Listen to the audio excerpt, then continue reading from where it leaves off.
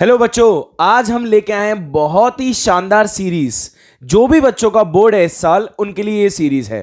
ठीक है, तो इस सीरीज में हम क्या करने वाले हैं? इस सीरीज में हम हर चैप्टर के मोस्ट एक्सपेक्टेड क्वेश्चंस जो इस साल सीबीएसई बोर्ड्स में आ सकते हैं, हम उनको सॉल्व करने वाले हैं। ठीक है, तो ध्यान से कॉपी पेन लेके आप बैठ जाइए और ये बहुत ही शानदार तरीके से आपका रिवीजन हो जाएगा। ठीक है, तो आज का चैप्टर जो हम पढ़ने वाले हैं वो है ट्रिग्नोमेट्री। ठीक है, तो हम ट्रिग्नोमेट्री के मोस्ट एक्सपेक्टेड क्वेश्चंस को सॉल्व करने वाले हैं। आइए शुरू करते हैं वीडियो आज का। ठीक है, तो जो पहला क्वेश्चन हम सॉल्व करने वाले हैं वो है 7 sin square theta plus 3 cos square theta equal to 4। ठीक है, और हमें प्रूफ क्या करना है? टू प्रूफ क्या है हमारा? टू प्रूफ है tan theta is equal to 1/√3। ये हमें प्रूफ करना है। देखिए समझते हैं।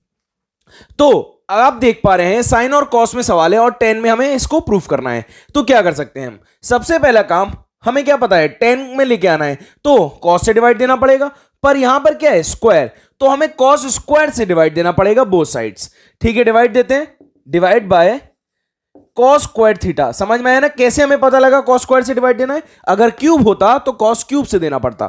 ठीक है, क्योंकि हमें tan बनाना था, यहां साइन दिख रहा था हमें। तो क्या हो जाएगा 7 sin square by cos square plus 3 cos square by cos square equal to 4 upon cos square. ठीक है, ये क्या बन गया? देखिए tan बन गया कि नहीं बन गया? 7 tan स्क्वायर, ये कट गया, प्लस 3 इक्वल टू cos ऊपर जाएगा तो क्या बन जाएगा? ये sec स्क्वायर थीटा बन जाएगा। और हम जानते हैं tan और sec में क्या आइडेंटिटी होती है, हम इसको चेंज कर सकते हैं। क्यों? क्योंकि हमको पूरा tan में प्रूफ करना है। तो क्या लिख दें इसको? 1 plus tan square, identity number second हम लगा देते हैं। ठीक है, तो ये हो जाएगा 7 tan square plus 3 is equal to 4 plus 4 tan square. अब क्या करें? एक तरफ ले जाएं tan को, तो क्या हो जाएगा 7 tan square minus 4 tan square theta is equal to क्या हो जाएगा 4 माइनस 3। ठीक है, तो सॉल्व करने के बाद क्या आने वाला है हमारे पास? ये आ जाएगा 3 tan square is equal to 1। तो tan स्क्वायर थीटा कितना आ जाएगा? ये आएगा 1/3। और जब स्क्वायर उधर जाता है तो आप जानते हैं क्या होगा? अंडर रूट गिरता है और प्लस माइनस आता है। तो प्लस माइनस अंडर रूट 1/3, तो हम इसको क्या लिख लेंगे? Plus minus 1/√3। बट हमको क्या चाहिए? सिर्फ प्लस वाला चाहिए, इसीलिए क्या हो गया है? ये हमारा tan थीटा क्या प्रूव हो गया है? tan थीटा आ गया है 1/√3। ठीक है, तो बहुत आसानी से ये सवाल हो गया है ना?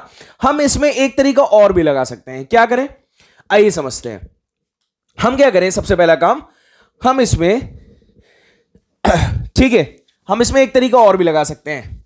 आइए समझते हैं उस तरीके को। देखिए मेथड नंबर 2। तो क्या करें? हम इसको साइन को तोड़ लेते हैं। किसमें? 7 sin स्क्वायर को किसमें तोड़ लें? 4 sin स्क्वायर और 3 sin स्क्वायर में तोड़ लेते हैं। ऐसा क्यों किया अभी आपको समझ में आएगा। और यहां लिखा हुआ है 3 cos स्क्वायर इक्वल टू 4। तो देखिए 3 कॉमन हो जाएगा यहां से, ये क्या बन जाएगा? sin square plus cos square, और ये क्या होता है? 1 होता है, आप जानते हैं। ठीक है, तो ये बन जाएगा 3 यहां, क्योंकि ये क्या है? 1 है, तो 3 into 1 3 आ जाएगा। और यहां लिखा हुआ है 4 sin square theta equal to ये 4 बचा है। ठीक है, तो 4 sin स्क्वायर थीटा क्या आ जाएगा हमारे पास? 3 को तो लेके जाएंगे तो 1 बचेगा, तो sin स्क्वायर थीटा क्या आ जाएगा? 1/4। तो sin थीटा क्या आ जाएगा? यहां से आ जाएगा sin थीटा, जब अंडर रूट गिराएंगे तो 1/2 सॉल्व होके आ जाएगा। वैसे प्लस माइनस आएगा, हम सिर्फ प्लस वाला ले रहे हैं। ठीक है, क्योंकि 10 तक आपको 0 से 90 डिग्री तक फर्स्ट क्वाड्रेंट में पढ़ाया जाता है ट्रिग्नोमेट्री को। ठीक है, समझ आ गई बात कि साइन थीटा पॉजिटिव आया यहां पे 1/2। उसके बाद हमें क्या लाना है? tan theta. तो हम क्या करें? ट्राइंगल बना सकते हैं कि नहीं? एक रेशियो पता लग गया है, कोई भी हम रेशियो निकाल सकते हैं। ठीक है, यहां 90 मानते हैं या थीटा मान लेते हैं। ठीक है, तो साइन थीटा क्या होता है? p/h। ठीक है, तो थीटा के सामने वाला क्या होगा? p, 90 के सामने वाला h और बचा हुआ बेस। तो हम p को क्या मान लें? p को 1k मान लेते हैं और h को क्या मान लें? 2k मान लेते हैं, है ना बेटा? तो b आ जाएगा हमारे पास पाइथागोरस थ्योरम से। तो h square equal to p square plus b square. तो 2k का square is equal to 1k का स्क्वायर प्लस b स्क्वायर। तो ये हो जाएगा 4k square minus k square equal to b square. तो b square is equal to 3k square. तो b कितना आ गया? b आ गया हमारे पास √3k। ठीक है, तो हम क्या कर सकते हैं, टेन थीटा निकाल सकते हैं कि नहीं? तो टेन थीटा क्या आ जाएगा, टेन थीटा होता है पी बाय बी। तो पी कितना है हमारे पास, पी है के, और बी कितना है √3k, तो k से k कट जाएगा, तो आंसर क्या आ जाएगा 1/√3। हम दोनों तरीकों से इस सवाल को कर सकते थे। ठीक है, समझ में आया? लेते हैं आइए सेकंड क्वेश्चन।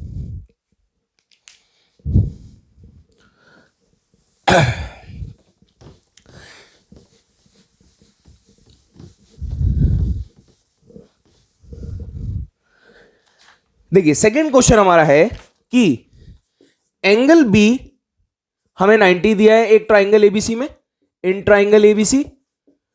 ठीक है, ए बी हमें 5 दिया हुआ है, 5 सेंटीमीटर्स, और बीसी प्लस ए सी हमको दिया हुआ है 25 सेंटीमीटर। ठीक है बच्चों, और हमसे पूछ रहा है फाइंड करिए साइन ए और साइन सी। अब यहां पर ये प्लस वाला है, ठीक है, यहां पर माइनस वाला भी क्वेश्चन आ सकता है। ठीक है, या तो ऐसा प्लस वाला आएगा या माइनस वाला आएगा। ठीक है, दोनों का तरीका एक ही है। क्या करें सबसे पहले काम, हम सबसे पहले एक ट्राइंगल फॉर्म करते हैं ना, ट्राइंगल एबीसी। यहां पर एंगल बी को 90 बना लेते हैं, ये ए ये सी। अब क्या करें, ए बी हमें पता है कितना है 5, बीसी प्लस ए सी 25 दिया हुआ है, तो हम क्या करें, बीसी प्लस ए सी में से किसी एक को एक्स मान लेते हैं, बीसी को एक्स मानते हैं। तो ए सी कितना आ जाएगा, ए सी आ जाएगा 25 माइनस एक्स। यहां पर वैल्यूज पुट करिए, बीसी एक्स है, ए सी आया है 25 माइनस एक्स। ठीक है, अब क्या करें, अब हमें क्या लगाना है, पाइथागोरस थ्योरम लगा के एक्स की वैल्यू निकाल लेनी है। तो एच स्क्वायर क्या होता है, p square plus b square होता है, और 25 माइनस एक्स का whole square will be equal to what, 5 का स्क्वायर प्लस एक्स का स्क्वायर। खोल लीजिए a माइनस बी का होल स्क्वायर, तो क्या होगा 25 का स्क्वायर प्लस एक्स का स्क्वायर माइनस 2ab, मतलब 50x is equal to 25 plus x square. X square से एक्स स्क्वायर कट जाएगा, तो सॉल्व करेंगे तो क्या आएगा, ये आएगा 50x को उधर ले जाइए और इसको इधर ले आइए, है ना। तो 625 will minus 25 will be equal to what, 50x। तो 600 इज इक्वल टू 50x, 0 से 0 कट जाएगा, 5 से ये 12 बार में कट जाएगा, तो x कितना आ गया आपका, x आ गया है 12। तो ये BC कितना आ जाएगा, BC आ जाएगा 12 and AC will be what, 25 minus 12 that is 13। तो सब कुछ आ गया आपके पास एक ट्राइंगल में। अब आपको क्या चाहिए, साइन ए चाहिए। ठीक है, तो जब भी जो एंगल चाहिए, ठीक मान लीजिए हमें साइन ए चाहिए, तो इसके सामने वाला क्या बनेगा, परपेंडिकुलर, 90 के सामने वाला h और बचा हुआ बेस। तो साइन ए की वैल्यू क्या आ जाएगी हमारे पास, साइन ए आ जाएगा p बाय एच।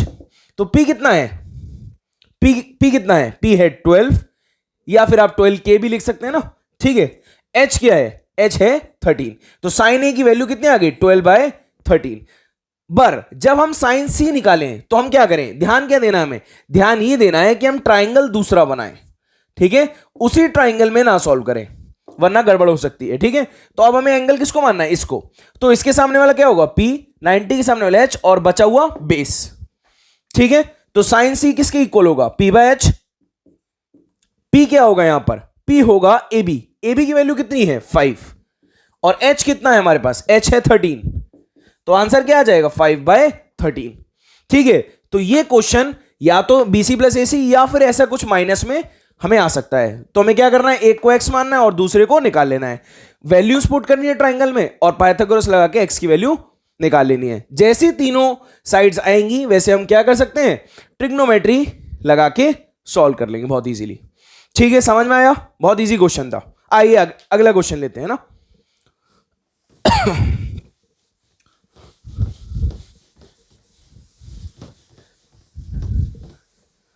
ठीक है, नेक्स्ट क्वेश्चन कह रहा है कि angle A and angle B are acute angles.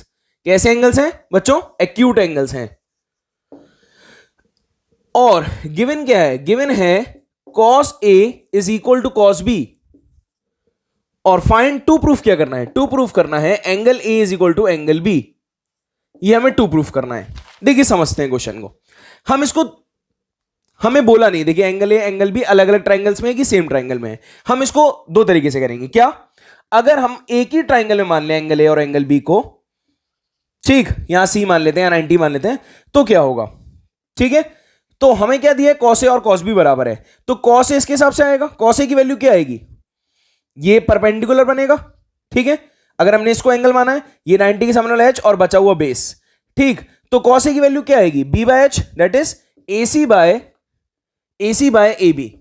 और अगर हम इसको एंगल मानते हैं, किसको, फिर से बनाते हैं उसी ट्राइंगल को, ये B, ये A और ये C, ठीक है। अगर हम B को एंगल मानते हैं तो क्या होगा, ये P हो जाएगा, ये H और ये B। तो cos B की वैल्यू क्या आएगी, cos B आएगा हमारे पास BC बाय AB। AB से AB कट जाएगा तो क्या है, AC will be equal to what, BC। अगर एक ही ट्राइंगल में दो साइड्स इक्वल होती हैं तो क्या प्रूव हो जाता है, उनके सामने वाले एंगल्स इक्वल होते हैं। तो AC के सामने का एंगल B और BC के सामने का क्या, एंगल A, क्या आ गए, इक्वल आ गए कि नहीं आ गए, क्यों, क्योंकि angle opposite to equal side are equal, ये हमें लिखना पड़ेगा, ठीक है बच्चों।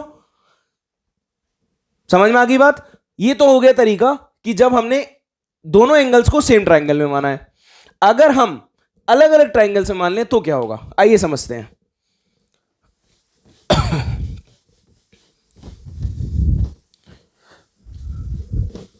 ठीक, देखिए अब बच्चों, अब हम क्या करते हैं कि अब हम दोनों एंगल्स को अलग अलग ट्राइंगल में मानते हैं, ठीक है। और फिर हम क्या करेंगे, इसको प्रूव करने की कोशिश करेंगे। यहां पर मान लिया हमने एंगल A और दूसरे ट्राइंगल में मान लेते हैं हम एंगल B को, ठीक है। यहां पे मान लेते हैं क्या, ACD मान लेते हैं, और यहां पर मान लेते हैं BP और R मान लेते हैं, ठीक है।